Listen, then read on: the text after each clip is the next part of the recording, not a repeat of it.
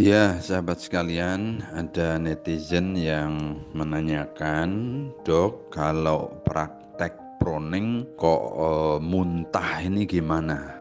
Kenapa bisa muntah? Terus dilanjutkan apa enggak?" Nah, ini jawabannya begini, sahabat sekalian.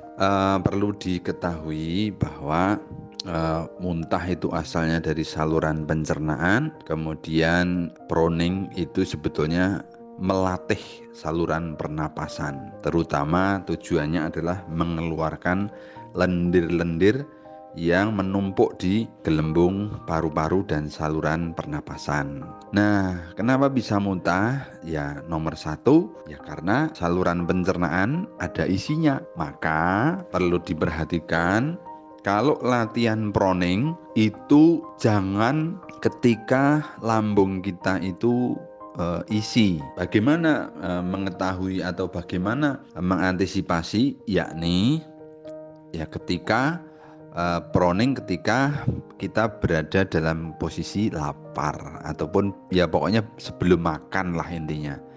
Atau kalau misalnya sudah terlanjur makan, kasih jeda paling 30 menit, syukur lebih ya 1 jam misalnya.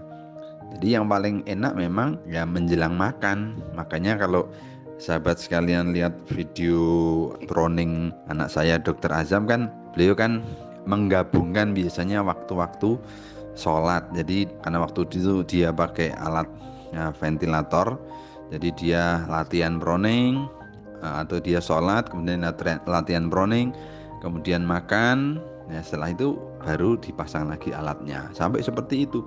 Jadi kalau perutnya kosong, tidak mungkin orang itu muntah, ya.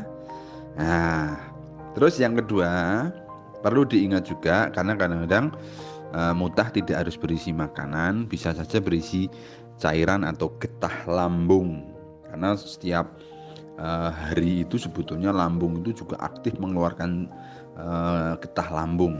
Ya, jadi misalnya perut kosong pun kadang-kadang orang yang aktif getah lambungnya keluar itu juga bisa muntah, tapi isinya hanya cairan. Mungkin ini yang ditanyakan seperti ini. Nah, gimana caranya?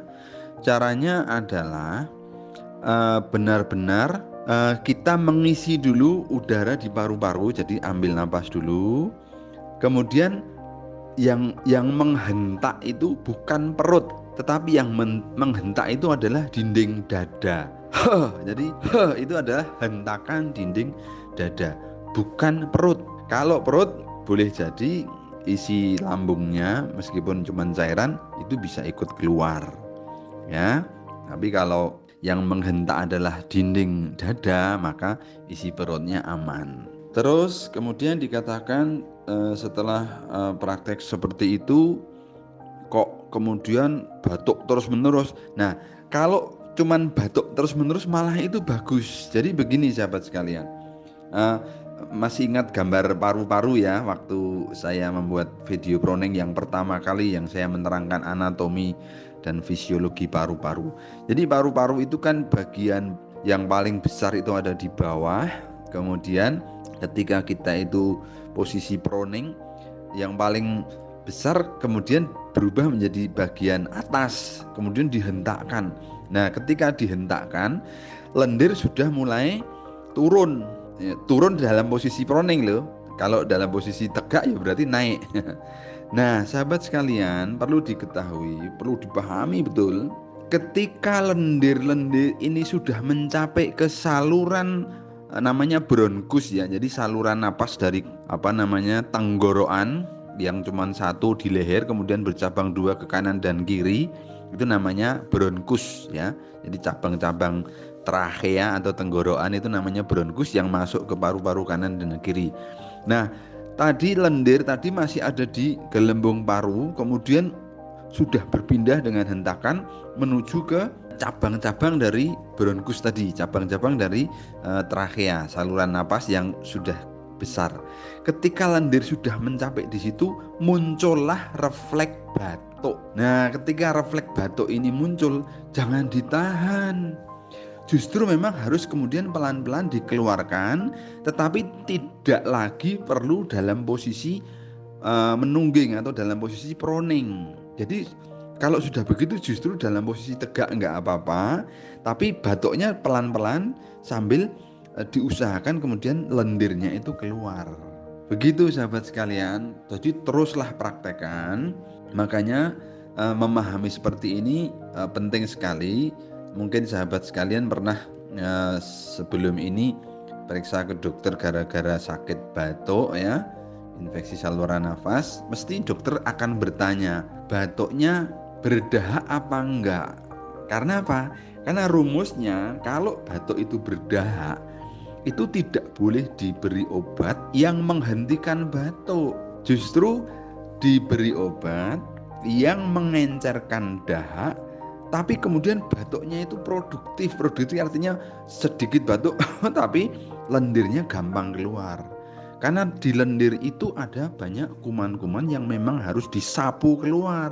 Berbeda dengan ketika ditanya dokter, batuknya berdarah enggak? Oh enggak, ini kering. Nah, kalau batuk kering boleh diberi obat penekan batuk. Begitu ceritanya ya. Tapi kalau basah itu tidak boleh. Makanya obat batuk itu kalau orang awam ya cuman bilang obat batuk, tapi bagi dokter harus didefinisikan apakah antitusif artinya menekan batuk atau ekspektoran artinya mengencerkan lendir dan memudahkan untuk pengeluarannya. Demikian sahabat sekalian, ayo kita saling menguatkan ya di antara kita. Pokoknya kita harus survive ya menghadapi COVID-19. Ternyata cara-cara yang mudah dan sederhana ini ketika dipahami betul akan sangat bermanfaat.